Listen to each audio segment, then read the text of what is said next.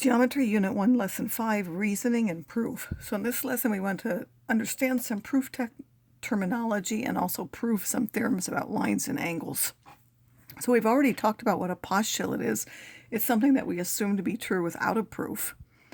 And then a conjecture is a statement that we think is true, and then once we've proven it's true, then it becomes a theorem.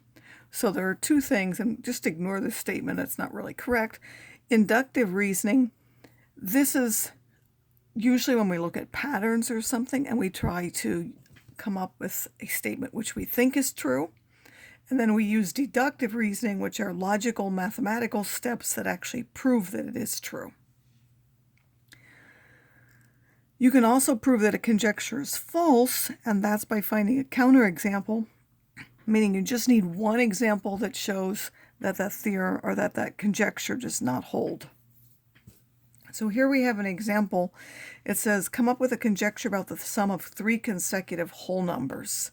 So we're going to take some examples and look at what happens, and then we're going to try to come up with a conjecture, and then we're going to use deductive reasoning to prove that that's true.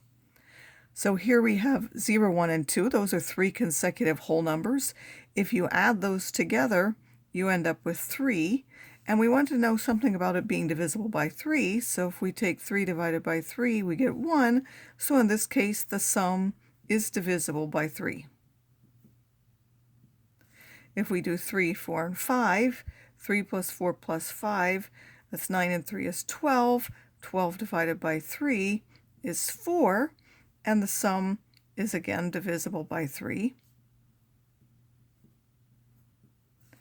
We have 9, 10, and 11.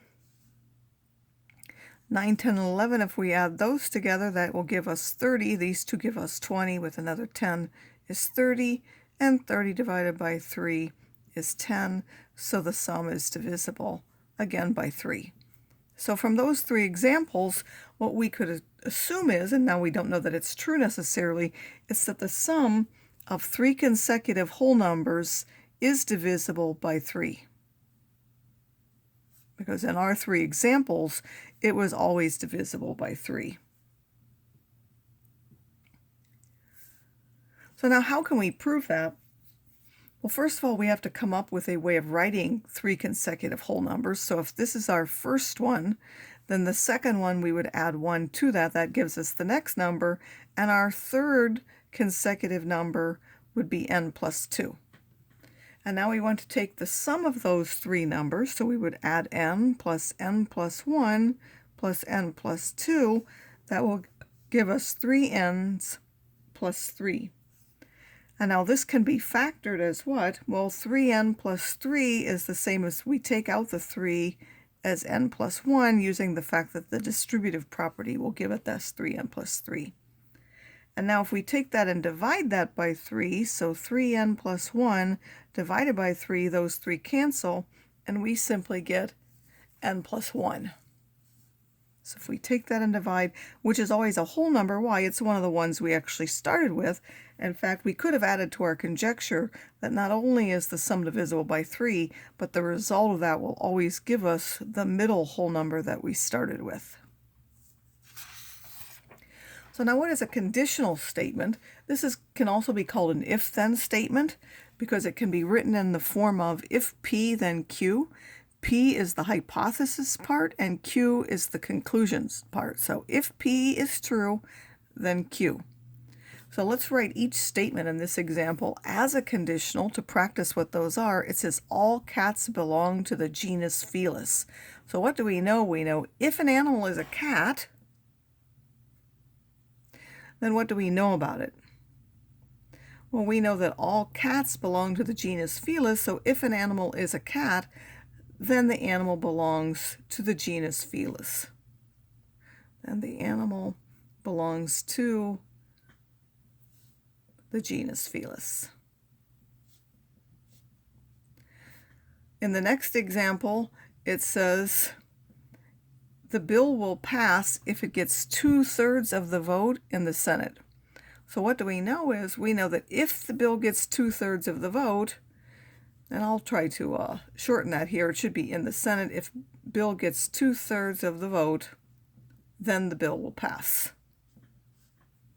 Oops.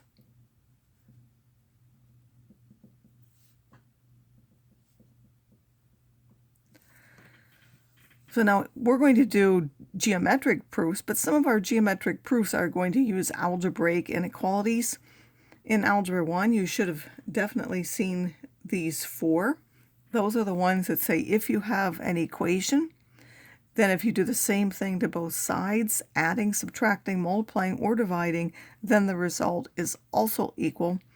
So we can add things to both sides, we can subtract, we can multiply, or we can divide as long as we're not dividing by 0. And depending on what we're doing, if we're adding, it's the addition property of equality. If we're multiplying, it's the multiplication property of equality, and so on. We didn't use reflexive property much in an algebraic proof, but in geometric ones we will. We know that A equals A. So for example, the length of a line segment is the same as another, or 2 segments are the same. So because it might be used in 2 parts of the proof, we'll need to use that property. Symmetric means we can switch the sides of the equals. So if A equals B, then B equals A. Transitive needs 3 different statements, or 3 different things, 3 different expressions. We have if A equals B, so if the first one is the second one, and then we have the second one is the same as the third one, then the first and the third ones must also be the same. Substitution property of equality, that you would have also used when you did the method of substitution. So if A equals B, then we know B can be substituted wherever A would be in an expression. So let's look at an example for an algebraic proof. Here's our example, and we're going to use the deductive reasoning. This is called a 2-column proof, where you give your statements on one side and your reasons on the other. Our statements are generally going to be geometric ones, and then these reasons could be either geometric theorems or postulates that we've looked at, or they can be algebraic ones. So in this particular one, what would we do to solve this? This is our given statement. To solve this, we would now add 7 to both sides. And since we're going to add 7 to both sides, that would be the addition property of equality. And now we want to divide both sides by 4. That would now be the division property of equality. And if we divide, we get 8 is equal to x. Generally, we want our variable on the left side. So now in order to switch that, that's the symmetric property, where we can switch the sides on the equal, which will give us x equals 8. So now let's switch more to geometric properties and so on that we want to look at. So first of all, what's a linear pair? A linear pair is when we have 2 angles with a common side, and then the non-common sides are opposite rays, meaning they form a straight line. So in this picture, we have angles 1 and angle 2 are a linear pair. Why? They share this angle has this side, and this angle also has this side. And then the 2 non-common ones, which are this one from the first angle, so angle 1 has this other side, and then angle 2 has this side. The green one and the blue one there that I've made, those form a straight line, and therefore angle 1 and angle 2 are a linear pair. So what does the linear pair theorem say? It says if they form a linear pair, then the supplementary, and we know that from the angle addition postulate, because we would know now that whatever measure this was and whatever this measure is, they have to add up to the measure of the whole thing, which is 180, and then by definition, so we can tell this by the angle addition postulate, and then using the definition of supplementary, that means that those are supplementary angles. And now, as our last thing here, we want to be able to use some of those things. So now it says use a postulate or theorem to find the value of x in each figure. State the postulate or theorem used. So first of all, we have to decide what this is. So this looks like a straight line. We don't have any other information about that, so we can assume that it is, because that these 2 angles make up a linear pair. So we're going to use the linear pair theorem. The linear pair theorem says that those 2 angles are supplementary, which means we know that they add up to 180 degrees. So if we take those 2 angle measures and add them, they have to give us 180. Combining like terms will give us 3x plus 27 is 180. Then we would subtract 27 from both sides. If you do that, you get 3x is equal to 153. And then if you go ahead and you divide by x, that x would be 51. They didn't ask us to find the different angles here, but we could. If this was 51, we put 51 in here. This one would be 77. And if we put 51 here, that's 102 plus 1. That would be 103. And you could check that indeed those two they do add to 180. Now in this particular one, they are adjacent angles, but they don't make up a linear pair. We do have some information, though, about what the sum of those two angles are, so we can use the angle addition postulate. We have that those two angle measures have to add up to the measure of the entire angle. So we have this one, which is x plus 28, and the other one, which is x plus 97. Those are the two individual pieces. We have this one and this one. They make up that whole angle, and that measure of that whole angle we're given is 117. So if we combine like terms, that says 2x plus 125, that's 28 plus 97, is 117. If we subtract that 125, we'll get 2x is minus 8, so x is minus 4. Again, they didn't really ask us here, but if we were asked, we could go back and substitute those in there. This would give us 24 degrees. 97 minus 4 is 93, and when you check, that will add up to 117. Now, we're not going to use these postulates a lot, but there are some postulates about points, lines, and planes. Remember, those are undefined terms. So the line postulate is that through any 2 points, there's only one line. You can't draw 2 different lines that go through the same points. It will actually be the same line. Plane postulate says if you got 3 non-collinear points, so every 2 of them are collinear, but if you add a third one and it's not on that line, then there will only be one plane that you can draw through them.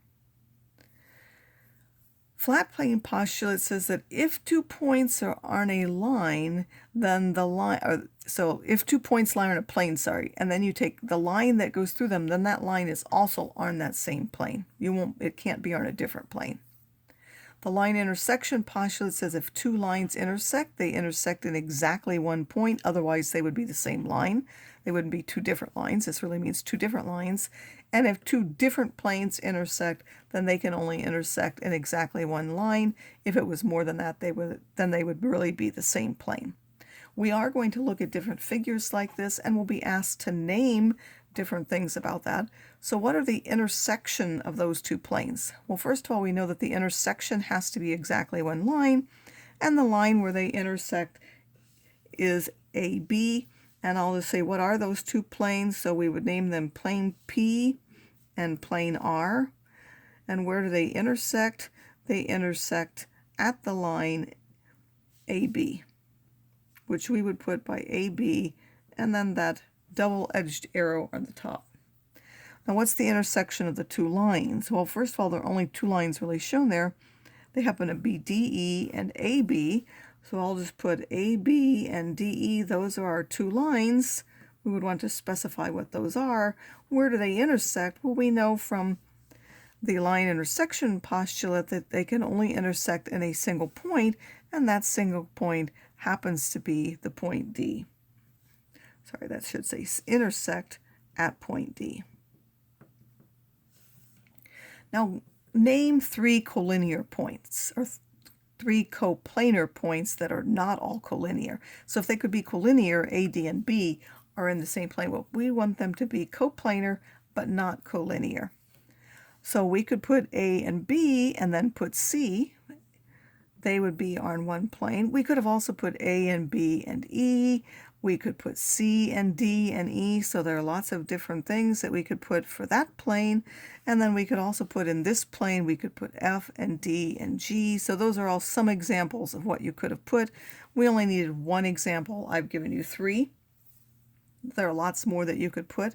Now, what are 3 collinear points? Again, there's really only 2 lines that are shown there. And then the 3 that are all in the same line, those happen to be A, D, and B.